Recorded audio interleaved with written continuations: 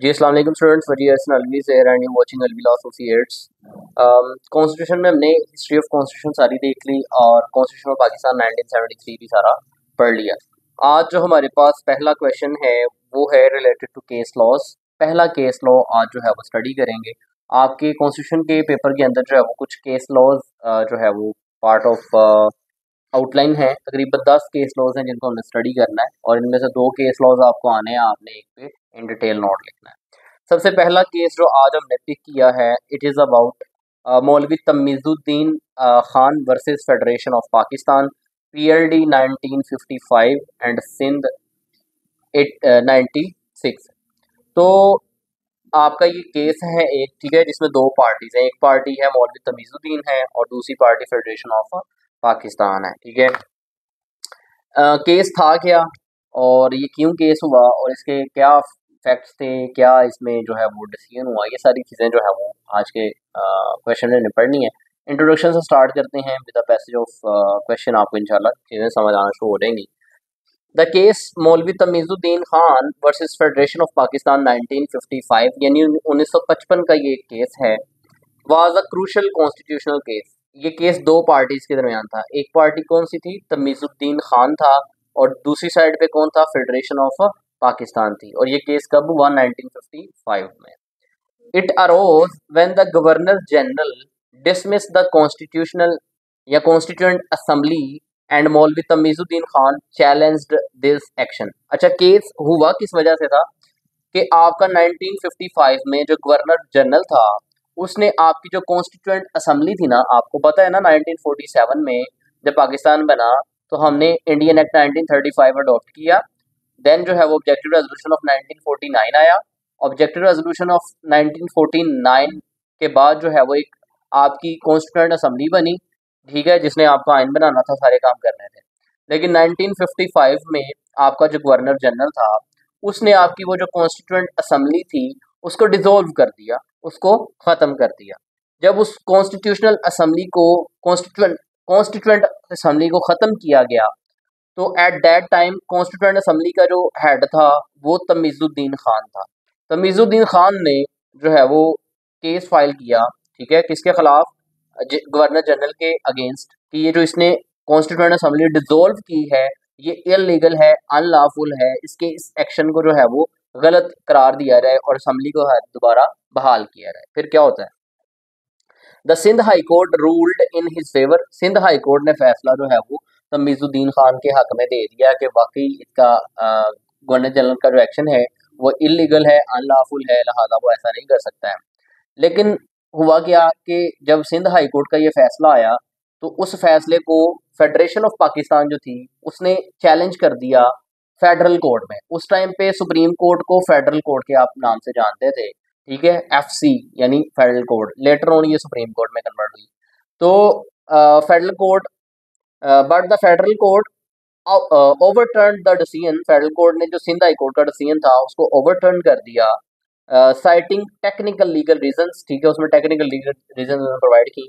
This case had a lasting impact on the Pakistan legal and political history. Pakistan की जो legal and political history है उस पे इस केस का बहुत ज़्यादा जो है वो असर है, इसलिए ये केस जो आपके कॉन्स्टिट्यूशन के पोर्शन के अंदर ऐड है। Shaping the role of judicial interpretation in constitutional matters and strengthening the executive authority. तो मतलब अब केस आपको समझ आ गया कि 2 पार्टीज थी, तमीज़ुद्दीन और फेडरेशन ऑफ पाकिस्तान। हुआ क्या था कि गवर्नर जनरल जो था 1955 में उसने आपकी जो कॉन्स्टिट्यूएंट असेंबली थी उसको डिसॉल्व कर दिया था। लेकिन तमीज़ुद्दीन खान जो कि कॉन्स्टिट्यूएंट असेंबली का हेड था उसने उसके एक्शन को जो है वो चैलेंज किया सिंध हाई कोर्ट में। सिंध हाई कोर्ट ने फैसला तमीज़ुद्दीन हक के हक में दे दिया। लेकिन फेडरेशन ने क्या किया? सिंध हाई कोर्ट के फैसले को चैलेंज कर दिया, कहाँ पे? फेडरल कोर्ट में। और फेडरल कोर्ट ने देन जो डिसीजन था वो तमीज़ुद्दीन के अगेंस्ट दे दिया। वो किन ग्राउंड्स पे दिया, कैसे दिया, ये सारा अभी आगे पढ़ा होगा, उस पर पढ़ते हैं।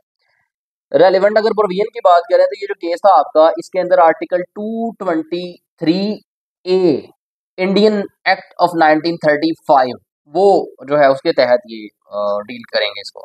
The case was related to section 223A यानी 223A of the government Indian act 1935, क्योंकि 1956 तक हम जो है वो इंडियन एक्ट ऑफ 1935 ही अडॉप्ट कर रहे थे। तो 1935 का जो इंडियन एक्ट था उसका सेक्शन 223 ए, उसके तहत जो है ये केस चल रहा था। ये सारा मामला 223 ए सेक्शन के गिर्द था। Which was ruled invalid due to the lack of governor general assent. और ये जो सेक्शन 223 ए था ना, इसको इनवैलिड करार दे दिया गया था इस केस के अंदर।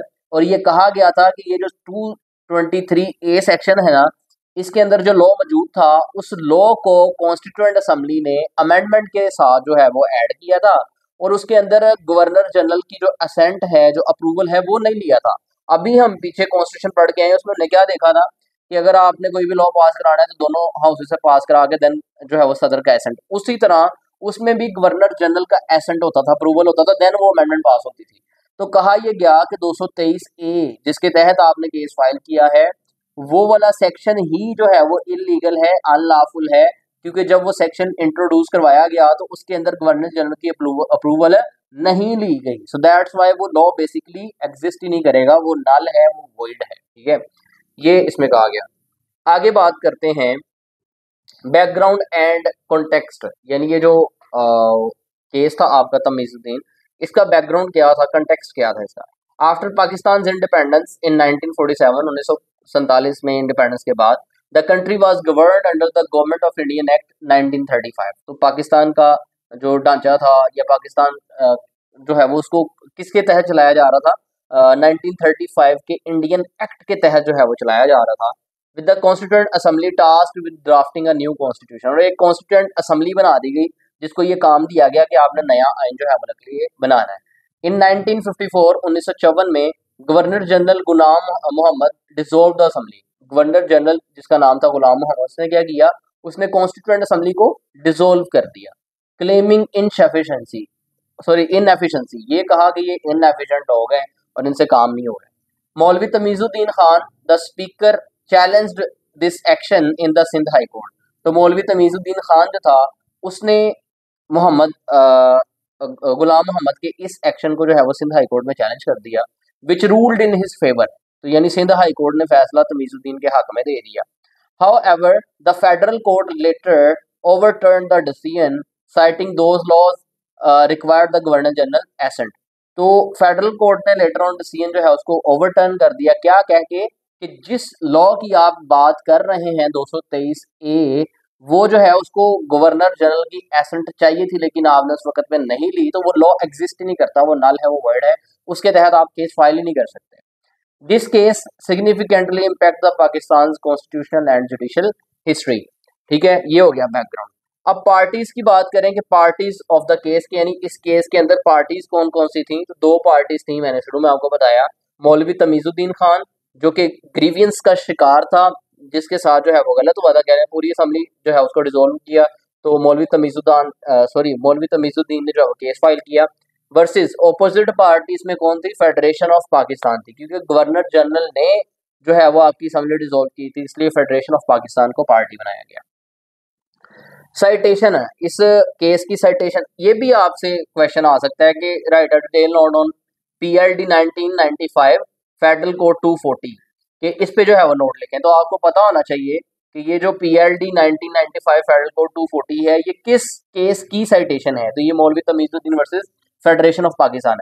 तो ये 1995 से मेरा ख्याल है आपको याद रह जाएगा कि 1995 मतलब पाकिस्तान बना, कॉन्स्टिट्यूएंट असेंबली बनी, कॉन्स्टिट्यूएंट असेंबली के बाद जो है वो 1954 में जो है वो गुलाम मोहम्मद ने क्या किया, असेंबली को डिसॉल्व कर दिया। तो 55 में जो केस हुआ था वो किसका होगा, मौलवी तमीजुद्दीन का वर्सेस फेडरेशन ऑफ पाकिस्तान। तो मतलब आसान करना याद है 1955 के हवाले से।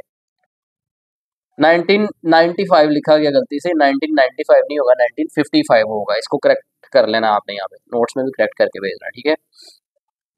अच्छा, PLD 1955 होगा और फेडरल कोड 240 होगा, साइटेशन देख लीजिएगा। यहाँ ये केस उस रेफरेंस में दिया होगा, इसको हम चेक कर लेंगे लेटर ऑन, ठीक है। देन देख लेते हैं bench of the supreme court के, सुप्रीम कोर्ट का जो बेंच है कौन सा था इस केस के अंदर। मतलब जब अपील में चला गया केस, सिंध हाई कोर्ट ने जो फैसला दिया और सिंध हाई कोर्ट का फैसला चैलेंज हो गया, फेडरल कोर्ट में चला गया, तो फेडरल कोर्ट का कौन सा बेंच था उस वक्त पे, तो चीफ जस्टिस जो कि इस बेंच की सरबराही कर रहा था वो मोहम्मद मुनीर थे। देन दूसरे नंबर पे एक और जस्टिस थे S A Rahman, then S M Akram थे, देन मोहम्मद शरीफ साहब थे, और देन आर कॉर्नेलिस थे। ठीक है, तो ये डिफरेंट जो है वो जजेस थे, इस बेंच का हिस्सा थे। Then facts of the case की बात करें कि इस केस के फैक्ट्स क्या थे, किन हकाइक पे ये केस जो है मुबनी था। तो सबसे पहला जो फैक्ट था वो था dissolution of the constituent assembly. जैसे मैंने आपको पहले बता दिया कि 1954 में गवर्नर जनरल गुलाम मोहम्मद ने जो कॉन्स्टिट्यूएंट असेंबली थी उसको जो है वो डिसॉल्व कर दिया था on 24th of October 1954, which was responsible for making Pakistan's constitution. He claimed the assembly was inefficient and not functioning properly. ठीक है, तो पहला फैक्ट ये था कि जो असम्बली है वो डिसॉल्व हो गई कब, 24 अक्टूबर 1954 में। देन नेक्स्ट क्या, governor general dissolve the cabinet इन 1954। इससे पहले गवर्नर जनरल जो है वो जो कैबिनेट थी उसको भी डिसॉल्व कर चुके थे। Before dissolving the assembly in 1953 the governor general also dismiss the prime minister Khwaja Nizamuddin cabinet. तो ख्वाजा निजामुद्दीन जो प्राइम मिनिस्टर था इन द ईयर ऑफ 1953, उसकी जो कैबिनेट थी उसको भी ये डिसॉल्व कर चुका था 1953 में, arguing that the government was not handling national issues well. इस बात को आर्ग्यूमेंट बना के कि गवर्नमेंट जो है वो नेशनल इश्यूज को सही तरीके से टैकल नहीं कर रही। This increase tension between the executive and legislature. इससे असम्बली के दरमियान और एग्जीक्यूटिव के दरमियान जो है वो काफ़ी ज़्यादा टेंशन क्रिएट हुई। तो सबसे पहले तो असम्बली डिसॉल्व हो गई 24 अक्टूबर 1954 में। देन इससे एक साल पहले जो है वो जो प्राइम मिनिस्टर था ख्वाजा निजामुद्दीन, उसकी कैबिनेट भी डिसॉल्व हो चुकी थी। देन मजीद इसमें क्या था, reconstitution of the council of ministers after dissolving the assembly. जब असम्बली भी डिसॉल्व हो गई और कैबिनेट भी डिसॉल्व हो गई, the governor general formed a new council of ministers. ये जो गवर्नर जनरल था गुलाम मोहम्मद, इसने एक नई काउंसिल बनाई, एक नई कबीना बनाई with Mohammad Ali Bogra as a prime minister, जिसमें मोहम्मद अली बोगरा जो है प्राइम मिनिस्टर था, उसकी एक प्रॉपर कैबिनेट बना दी। This move was seen as an attempt to strength his control over the government. और ये अटेम्प्ट जो है वो जाहिर कर रही थी कि गुलाम मोहम्मद जो है अपना कंट्रोल बनाना चाह रहा है गवर्नमेंट के अंदर। देन एक्शन टेकन बाय मौलवी तमीजुद्दीन। तो फिर ये जब सारा कुछ हो रहा था, मतलब कैबिनेट जो है वो पहले ख़त्म कर दी गई, उसके बाद जो है वो असम्बली डिसॉल्व कर दी गई, उसके बाद नई जो है वो काउंसिल ऑफ मिनिस्टर बना दी गई। तो इन सब एक्टिविटीज़ के बाद जो है वो निज़ाम जो मौलवी तमीजुद्दीन था उसने एक्शन लिया और उसने रिट फाइल की। मौलवी Tamizuddin who was the president of the constituent assembly, वो जो कॉन्स्टिट्यूएंट असेंबली डिसॉल्व हुई थी उसका हेड कौन था, तमीजुद्दीन था। Was aggrieved by the dissolution of the constituent assembly. तो ये जो कॉन्स्टिट्यूएंट असेंबली डिसॉल्व की गई थी इसका ग्रीवेंस किसको पहुंचा था, इससे अग्रीव कौन हुआ था, ऑब्वियसली तमीजुद्दीन हुआ था, इसके साथ और भी मेंबर्स थे। तो and the constitution of the council of minister filed a writ petition against the federation and the reconstitution sorry reconstituted council of minister. तो ये जो तमीजुद्दीन था, क्योंकि ये अग्रीव्ड था उस डिसोल्यूशन ऑफ कॉन्स्टिट्यूएंट असेंबली की वजह से, तो इसने अब रिट फाइल की किसके अगेंस्ट, जो गवर्नर जनरल था गुलाम मोहम्मद उसके अगेंस्ट, और जो काउंसिल ऑफ मिनिस्टर नहीं बनी थी उसके अगेंस्ट। अब रिट पिटीशन क्या थी, Maulvi Tamizuddin filed the writ petition in the chief court of Sindh, यानी सिंध की जो चीफ कोर्ट थी, हाई कोर्ट थी, उसमें जो है तमीजुद्दीन ने अपनी रिट फाइल की under section 223A of the government of Indian act 1935। तो मतलब गवर्नमेंट ऑफ इंडियन एक्ट 1935 का जो सेक्शन 223A था उसके तहत तमीजुद्दीन ने अब रिट फाइल कर दी, कहाँ पे, सिंध की चीफ कोर्ट में। किसके अगेंस्ट, फेडरेशन के अगेंस्ट। किस वजह से, क्योंकि गवर्नर जनरल ने कॉन्स्टिट्यूएंट असेंबली जो है वो डिसॉल्व कर दी थी और नई काउंसिल ऑफ मिनिस्टर बना दी थी, इसके अगेंस्ट उसने रिट फाइल कर दी। अब नंबर ऑफ रिट्स फाइल्ड, मतलब कितनी रिट्स उसने फाइल की थी, 1 2 3 4 कितनी, तो ही फाइल्ड 2 रिट्स पिटीशंस, मतलब उसने 2 रिट पिटीशन फाइल की थी in order to address his grievance, अपना ग्रीवेंस जो है वो दूर करने के लिए। दे वर एज फॉलोज, वो जो रिट फाइल की थी इसने दोनों, वो दोनों रिट्स ये थी, पहली रिट थी रिट ऑफ मैंडामस और दूसरी रिट थी रिट ऑफ कोवरंटो। ये हम दोनों रिट्स पढ़ के आए हैं under article 199 of constitution of Pakistan 1973, high court के अंदर आप फाइल करते हैं। तो एक रिट ऑफ मैंडामस फाइल की और एक रिट ऑफ कोवरंटो जो है वो फाइल की। रिट ऑफ मैंडामस में क्या इसने मांगा, कहता है writ of mandamus was filed by the Maulvi Tamizuddin in order to restrain the enforcement of the proclamation of the governor general, कि गवर्नर जनरल ने जो प्रोक्लेमेशन जो है वो जारी किया है इसको रेस्ट्रेन किया जाए, इसको रोका जाए। It was also prayed that the federation and the member of the reconstituted council of ministers should be prohibited from meddling होगा into the functions of Maulvi Tamizuddin. तो इसने फर्दर ये भी प्रेयर की इस रिट के अंदर कि ये जो गवर्नर जनरल है इसको भी मना किया जाए, और ये जो नई काउंसिल ऑफ मिनिस्टर्स बनी है इसको भी मना किया जाए कि वो तमीजुद्दीन के जो फंक्शंस हैं, मतलब कॉन्स्टिट्यूएंट असम्बली के जो फंक्शंस हैं उनमें दखल अंदाजी ना करें। और दूसरी इसने जो रिट फाइल की थी वो रिट ऑफ को वारंटो थी। तो कहता है जी a writ of quo warranto was also filed by Tamizuddin, तो मतलब तमीजुद्दीन ने एक रिट ऑफ को वारंटो भी फाइल की थी, demanding that minister should be asked as, जिसमें मिनिस्टर्स को पूछा जाए under which authority they were holding the office, कि वो किस अथॉरिटी के तहत जो है ये ऑफिस होल्ड कर रहे हैं। हमने कोवरेंटो के अंदर क्या पढ़ा था कि अगर आपको लगता है कि एक मेंबर जो है वो क्वालिफाइड नहीं है इस चीज़ के लिए और फिर भी वो इस ओहदे पे बैठा है, तो आप उसके ओहदे को चैलेंज कर सकते हैं, उसकी क्वालिफिकेशन को चैलेंज कर सकते हैं। तो तमीजुद्दीन ने यही किया था कि उनके ओहदे को, उनकी पोजीशन को चैलेंज किया, साथ साथ कि इनसे पूछा जाए कि किस कैपेसिटी में जो है यहाँ पे बैठे हुए हैं। तो हुआ क्या इस केस में कि सबसे पहले जो है वो निजामुद्दीन की जो कैबिनेट थी उसको डिसोल्व किया 1953 में। 1954 के अंदर कॉन्स्टिट्यूएंट असम्बली को जो है वो डिसोल्व कर दिया गया। इस सब के बाद जो है वो नई काउंसिल ऑफ मिनिस्टर्स भी बना दी गई, बोगरा को प्राइम मिनिस्टर बना दिया गया। इन सब चीज़ों की वजह से नजर आ रहा था कि गुलाम मोहम्मद जो कि गवर्नर जनरल था वो अपनी पोजीशन को स्ट्रॉन्ग बनाना चाह रहा है, गवर्नमेंट में डोमिनेंस हासिल करना चाह रहा है। तो इन सब चीज़ों को देखते हुए मौलवी तमीजुद्दीन जो था उसने एक्शन लिया और उसने जो है वो 223 ए सेक्शन इंडियन एक्ट 1935 का, उसके तहत जो है उसने एक दो रिट फाइल कर दी। कहाँ पे? सिंध चीफ कोर्ट में। और रिट क्या थी? एक मैंडामस थी, ठीक है, जिसमें उसके प्रोक्लेमेशन को जो है वो रिस्ट्रेन किया जाए, और दूसरी जो है वो रिट ऑफ को वारंटो थी जिसमें उसने कहा इन काउंसिल ऑफ मिनिस्टर से पूछा रहे कि ये किस कैपेसिटी में जो है ना ऑफिस होल्ड कर रहे हैं। ये केस की बेस सारी आपको समझ आ गई। अब आर्ग्यूमेंट्स बाय द फेडरेशन। अब फेडरेशन क्योंकि ऑपोजिट ये सारे तो हो गए जो है वो उसकी बातें निजामुद्दीन की, निजामुद्दीन क्यों कह रहा हूँ मैं, तमीजुद्दीन की। तमीजुद्दीन ने ये सारे फैक्ट्स जो है वो रेज किए। अब फेडरेशन ने क्या आर्गूमेंट्स दिए, क्योंकि फेडरेशन ऑफ पाकिस्तान के खिलाफ ये केस फाइल किया गया था ना, तो फेडरेशन के इसके बदले में क्या आर्गूमेंट्स है। फेडरेशन ने कहा जी dissolution of the constituent assembly was right. Federation ने कहा कि जो गवर्नर जनरल ने असेंबली डिसॉल्व की थी वो बिल्कुल ठीक डिसॉल्व की थी, उसमें कोई गलत बात नहीं थी। कहता जी the federation argued that the governor general had the legal authority to dissolve the constituent assembly because it was not functioning properly. तो फेडरेशन ने कहा कि गवर्नर जनरल के पास इख्तियार है, लीगली तौर पे इख्तियार है कि वो असेंबली को जो है वो डिसॉल्व कर सकता है, क्योंकि असेंबली जो है वो प्रॉपरली काम नहीं कर रही थी। They claimed the assembly had lost the confidence of the people and was failing in its duty to frame a constitution। तो उन्होंने मजीद ये आर्गूमेंट दिया कि ये जो असेंबली थी, कॉन्स्टिट्यूएंट असेंबली, ये लोगों का जो एतमाद थी वो खो चुकी थी, और कोई नया जो कॉन्स्टिट्यूशन उन्हें बनाना था उसके लिए भी वो खातर ख्वाह इन्होंने जो है वो अपनी खिदमात सर अंजाम नहीं दे रहे थे। So that's why it was ultimate कि असेंबली को ख़त्म किया जाए। तो इसलिए असेंबली को ख़त्म करना जो था ये राइट था गवर्नर जनरल की तरफ से। एक तो ये जो है वो फेडरेशन ने जवाब दिया। देन उन्होंने कहा no writ jurisdiction of chief court.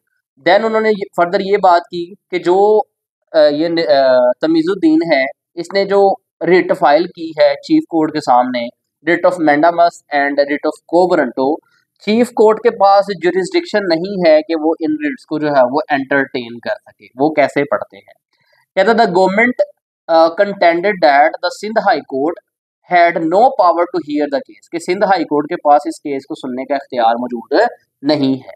They argue that the court could not issue a writ against the governor general. Federation ने कहा कि कोर्ट जो है यानी सिंध हाई कोर्ट जो है वो गवर्नर जनरल के अगेंस्ट जो है वो कोई भी ऑर्डर पास नहीं कर सकती है। As he was the highest executive authority in the country, जैसे कि वो मुल्क के अंदर हाईएस्ट एग्जीक्यूटिव अथॉरिटी है। सेकंड आर्ग्यूमेंट ये था। तीसरा आर्ग्यूमेंट था उनका इनवैलिडिटी ऑफ सेक्शन 223A। तीसरी बात जो कि सबसे इंपॉर्टेंट बात थी उन्होंने कहा कि ये जो तमीजुद्दीन है इसने केस फाइल किया है 223A के तहत। 223 के ए के अंदर जो है वो उस टाइम रिट पिटीशन थी, ठीक है। तो फेडरेशन ने कहा कि 223A जो है वो सिरे से ही इनवैलिड है, ये लॉ है ही नहीं। क्यों?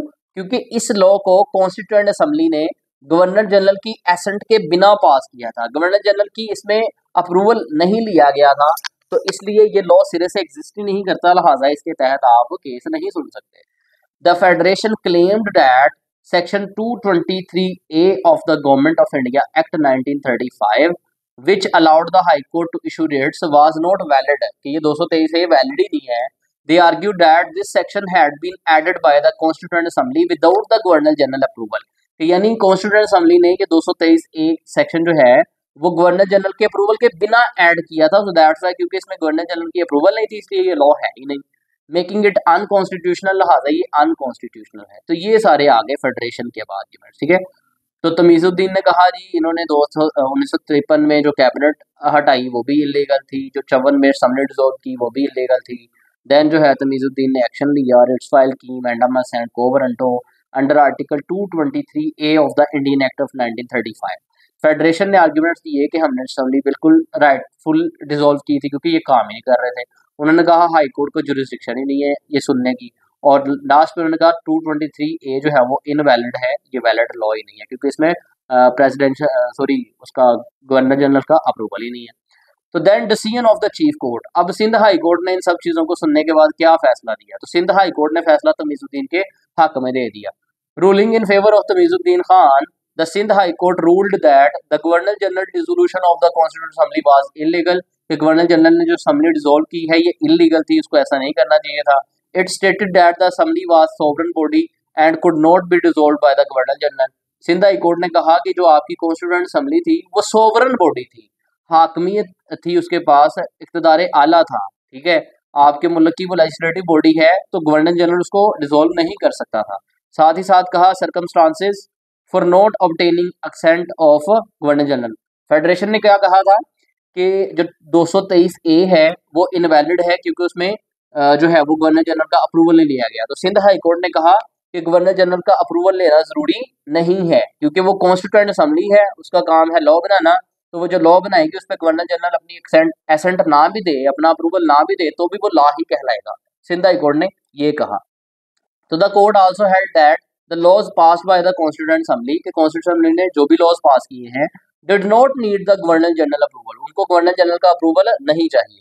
It reasoned that since the assembly was acting as Pakistan legislative body, क्योंकि असेंबली जो है पाकिस्तान की लॉ मेकिंग बॉडी के हवाले से काम कर रही है।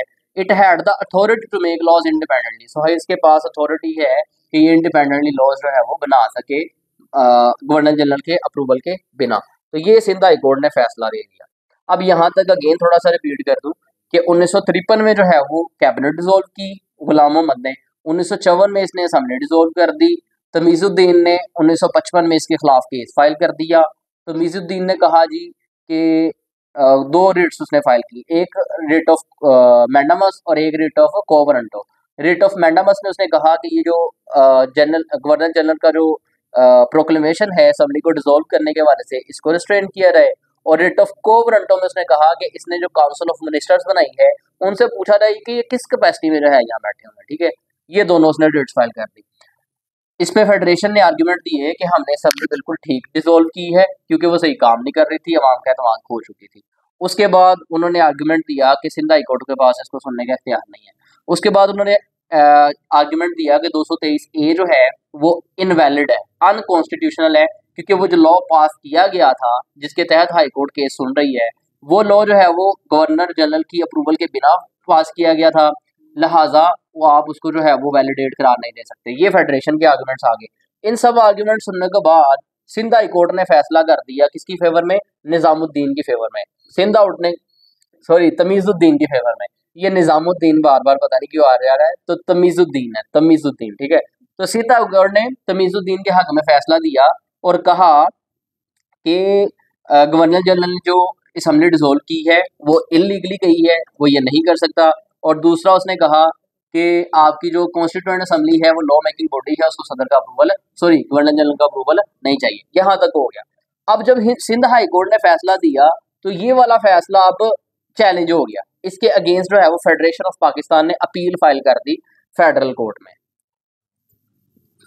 अब उसको देख लेते हैं। Sorry, appeal to the federal court. The federation and council of ministers were not satisfied with the decision of the chief court and they filed an appeal to the federal court। तो अब ये जो federation of Pakistan थी या council of ministers जो थे, ये Sindh high court के फैसले से क्योंकि सेटिस्फाइड नहीं थे कि सिंध हाई कोर्ट ने जो फैसला दिया है तमीजुद्दीन के हक में हमें से सेटिस्फाइड नहीं है, लिहाजा उन्होंने क्या किया, उन्होंने जो है इनके फैसले को, सिंध हाई कोर्ट के फैसले को चैलेंज कर दिया। कहाँ पे? फेडरल कोर्ट में। ठीक हो गया। अब फेडरल कोर्ट ने क्या डिसीजन दिया? फेडरल कोर्ट ने तमीजुद्दीन के अगेंस्ट फैसला दे दिया। ऊपर अपील में फैसला तमीजुद्दीन के अगेंस्ट हो गया। और क्या पॉइंट्स रूल्ड आउट किए decision of the federal court? सबसे पहले है governor general assent is necessary. Sindh high court ने क्या कहा था कि गवर्नर जनरल की जो एसेंट है, अप्रूवल है लॉज के लिए, वो जरूरी नहीं है, लेकिन फेडरल कोर्ट ने कहा कि जरूरी है। The federal court ruled that laws passed by the Constituent Assembly required the Governor General's approval to be valid। कि जो भी कॉन्स्टिट्यूएंट असेंबली ने लॉज पास किए हैं, अगर आप चाहते हैं कि वो लॉज वैलिड हों तो उसके लिए गवर्नर जनरल की अप्रूवल जो है वो रिक्वायर्ड है, वो जरूरी है। ठीक है। Since many laws including section 223A lacked this assent they were declared invalid. तो इसी तरह ऐसे लॉज जिनमें 223A सेक्शन बी मौजूद है, इनमें क्योंकि गवर्नर जनरल का अप्रूवल नहीं है लिहाजा ये इनवैलिड है। लिहाजा वो वाला सेक्शन जिसके तहत आपने केस फाइल किया वो सेक्शन इज सेल्फ जो है वो इनवैलिड है, लिहाजा आपका ये केस जो है वो आप उसके अगेंस्ट जो है वो फैसला हो गया इस बिना पे। Then section 223A of the government of Indian act 1935 was not law. तो यानी फेडरल कोर्ट ने डिसीजन दिया कि ये इनवैलिड है, ये लॉ नहीं कहला सकता क्योंकि इसमें गवर्नर जनरल का अप्रूवल ही नहीं है। The court stated that section 223A which allowed high court to issue writs was not a valid law because it was added without the governor general's approval, therefore the Sindh high court had no legal authority to hear the case। ठीक है, तो ये आ गया decision federal court का। No jurisdiction of chief court. तो उन्होंने federal court ने भी कहा कि चीफ कोर्ट जो है सिंध की उसको जुरिस्डिक्शन नहीं है। ठीक है। Then constituent assembly has no sovereignty. और उन्होंने क्या कहा था कि कॉन्स्टिट्यूएंट असेंबली के पास सोवरेंटी है, वो जो भी लॉ बनाएगी उसको जो है वो अप्रूवल की जरूरत नहीं है। तो फेडरल कोर्ट ने कहा था कि इन ट्रू सेंस या इन फुल सेंस जो है वो सोवरेंटी नहीं है आपकी कॉन्स्टिट्यूएंट असेंबली के साथ, उसको अप्रूवल चाहिए ही चाहिए गवर्नर जनरल का। The court ruled that the constituent assembly was not a fully sovereign body and could not make laws independently. कि आपकी जो कॉन्स्टिट्यूएंट असेंबली है वो इंडिपेंडेंटली लॉज नहीं बना सकती है, उसको गवर्नर जनरल का अप्रूवल चाहिए। It was subject to the governor general authority meaning its decisions and laws needed his approval to be legal valid. ठीक है, तो ये था सारा केस कि 53 में 1953 में जो है वो कैबिनेट डिसॉल्व हुई, 1954 में जो है वो असेंबली डिसॉल्व की गई, 1955 में तमीजुद्दीन ने जो है वो केस फाइल कर दिया। ठीक है, और केस के अंदर उसने स्टांस ये लिया कि मैंडामस और कोबरंटो दो रिट्स के प्रोक्लेमेशन को रोका जाए और दूसरा काउंसिल ऑफ मिनिस्टर को पूछा जाए किसके कैपेसिटी में। फेडरेशन ने कहा कि सुन नहीं सकती high court. Even then high court ने जो है वो तमीजुद्दीन के हक में फैसला दे दिया। फेडरेशन ऑफ पाकिस्तान ने सिंध हाई कोर्ट के फैसले को चैलेंज कर दिया कहाँ पे? फेडरल कोर्ट में। फेडरल कोर्ट ने देन तमीजुद्दीन के अगेंस्ट फैसला दिया और फेडरेशन ऑफ पाकिस्तान के हक में फैसला दिया और क्या कहा कि 223A जो है वो इनवैलिड है, वो लॉ ही नहीं है। और वो लॉ क्यों नहीं है? क्योंकि उसके अंदर गवर्नर जनरल का अप्रूवल नहीं है, एसेंट नहीं है। लिहाजा इससे जितने भी लॉज हैं इंडियन एक्ट 1935 के अंदर जो कि अमेंडमेंट के जरिए ऐड किए गए और जिनमें गवर्नर जनरल का अप्रूवल नहीं है उनको इनवैलिड करार दे दिया गया।